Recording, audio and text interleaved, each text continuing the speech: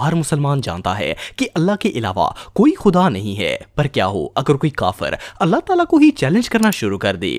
آج کی اس ویڈیو میں آپ کو خدا کو چیلنج کر کے عبرت بننے والے سب سے منافق لوگوں کے بارے میں بتانے جا رہا ہوں۔ تو شروع کرتے ہیں اپنا کاؤنٹ ڈاؤن۔ تھامس اینڈریو، دوستو یہ جو شخص آپ دیکھ رہے ہیں یہ ایک برٹش بزنس مین اور شپ بلڈر تھا جو بحری جہازوں کو ڈیزائن کرتا تھا۔ یہ وہی شخص تھا جس نے دنیا کا سب سے فیمس شپ ٹائٹینک بلڈ کیا تھا۔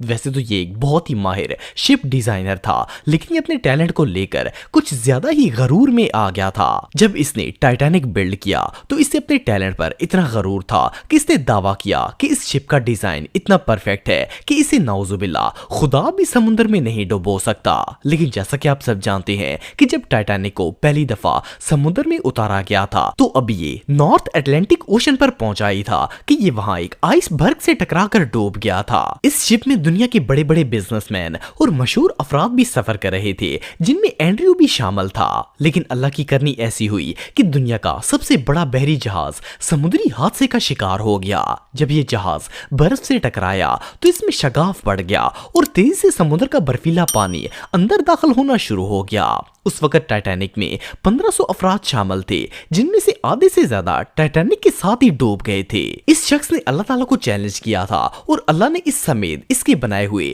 شپ کو بھی سمندر کے اندر غرق کر دیا۔ ایون آج تک تھامس اینڈریو کی لاش بھی کسی کو نہیں ملی۔ اب بندہ اللہ کی قدرت کو چیلنج کرنے کی کوشش کرے گا تو ایسا تو ہوگا ہی۔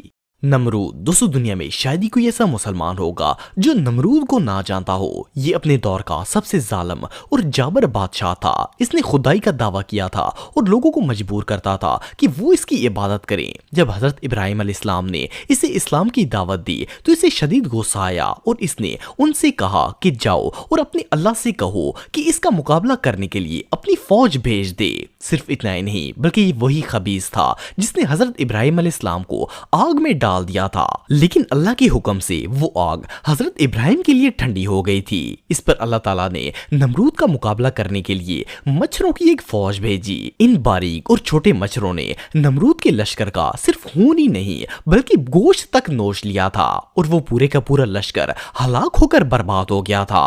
ان نمرودیوں کی صرف ہڈیاں ہی باقی رہ گئی تھیں۔ صرف اتنا ہی نہیں بلکہ اس لشکر میں سے صرف ایک مچھر نمرود ملون کی ناک میں گھس گیا اور ناک کے ذریعے اس کے دماغ میں چلا گیا تھا۔ 400 سال تک اس مچھر نے نمرود کا وہ حشر کیا کہ یہ اپنا سر دیواروں اور فرش پر مارتا تھا۔ ایون کہ سکون پانے کے لیے یہ اپنے سر پر ہتھوڑے اور جوتے بھی مرواتا تھا۔ اللہ تعالیٰ نے اسے دنیا کی سب سے ادنا مخلوق کے ذریعے اس مقام پر پہنچا دیا کہ پہلے جو لوگ اس کی پوجا کرتے تھے آخر میں یہ انہی سے جوتے کھاتا کھاتا مر گیا تھا۔ اللہ تعالیٰ کو للکارنے والوں کا انجام ایسا ہی ہوتا ہے۔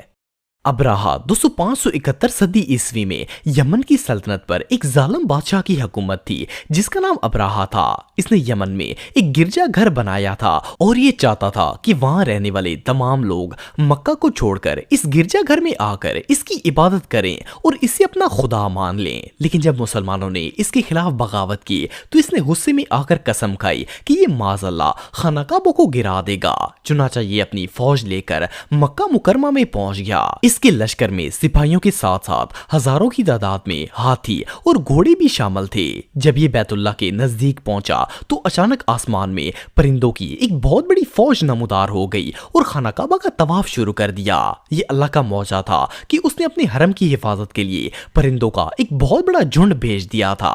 ابراہ کے ہاتھیوں اور گھوڑوں نے جیسے ہی ان پرندوں کو دیکھا تو وہ بوکھلا کر ادھر ادھر بھاگنا شروع ہو گئے۔ ان جانوروں پر آنے والے کفار نہ صرف زمین پر گر گئے بلکہ اپنے ہی جانوروں کے پیروں تلے آ کر مرنا سٹارٹ ہو گئے۔ صرف اتنا ہی نہیں بلکہ ان پرندوں نے اللہ کے حکم سے ابراہ اور اس کے پورے لشکر کو آسمان سے پتھر مار مار کر ہلاک کر دیا۔ ایون اس واقعے کے حوالے سے قرآن پاک میں ایک سورت بھی نازل فرمائی گئی ہے جس کا نام سورہ فیل ہے۔ بے شک اللہ تعالیٰ ہر چیز پر قادر ہے۔